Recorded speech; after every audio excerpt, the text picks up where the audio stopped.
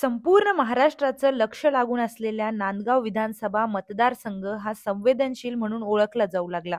माजी खासदार समीर भुजबळ यांनी राष्ट्रवादी मुंबई प्रदेशाध्यक्ष पदाचा राजीनामा देत बघा तुम्ही त्यांच्याकडे विकास नव्हता, लोकांचे सुख दुःख नव्हते, त्यांच्याकडे त्यांनी कधी कोणाच्या वाईट काळात गेले नाही, त्यांनी पक्ष मोठा केला नाही, मग त्यांच्याकडे काही नव्हतंच, त्याच्यामुळे लोकांना ते वेड्यात काढत होते।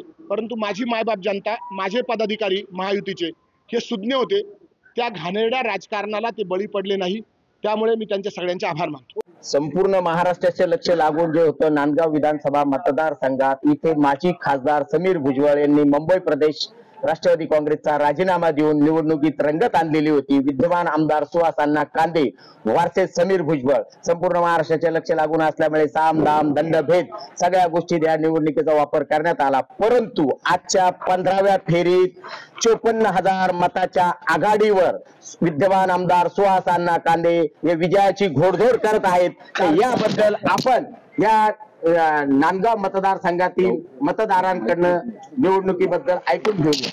भाऊ, काय सांगाल तुम्ही अण्णांच्या विजयाबद्दल?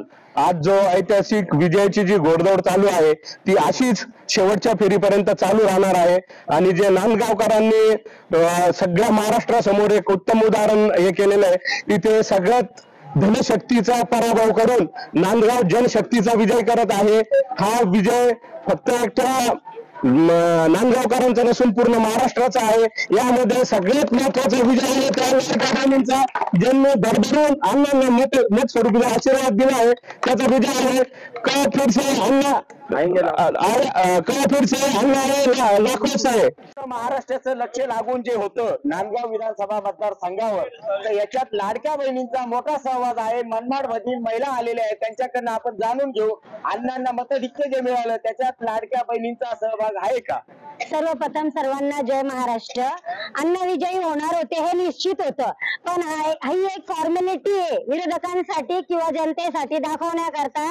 मतमोजणी, निवडून येणं, अण्णावर हा गुलाल पहिलेच पडलेला आहे।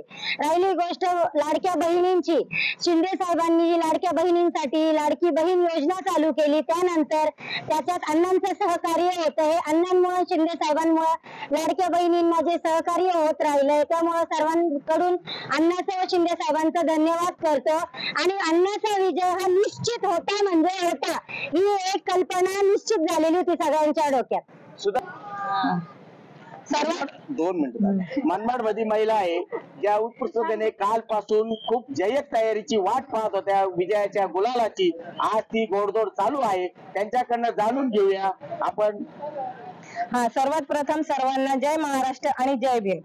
अण्णा हे निवडून येणार हे तर सर्वांना माहीतच होतं, पण ताई साहेबांचा ह्याच्यामध्ये खूप मोठा वाटा आहे आमच्या महिलांसाठी ताई दिवस रात्र या लढत होत्या आणि अण्णा पण, आमचा एक भाऊ, एक वहिनी आमच्यासाठी खूप काही केलं त्यांनी आतापर्यंत, त्यासाठी अण्णा या स्तरावर आजपर्यंत येऊन पोहोचले आणि अण्णा हे निवडून येणार हे निश्चितच होतं। बस, जय महाराष्ट्र।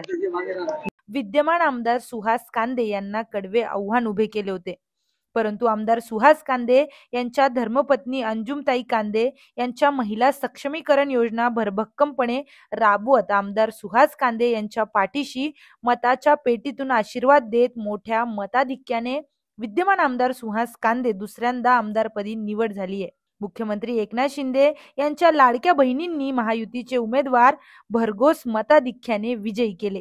विजय धामणे, सुदर्शन मराठी, नांदगाव।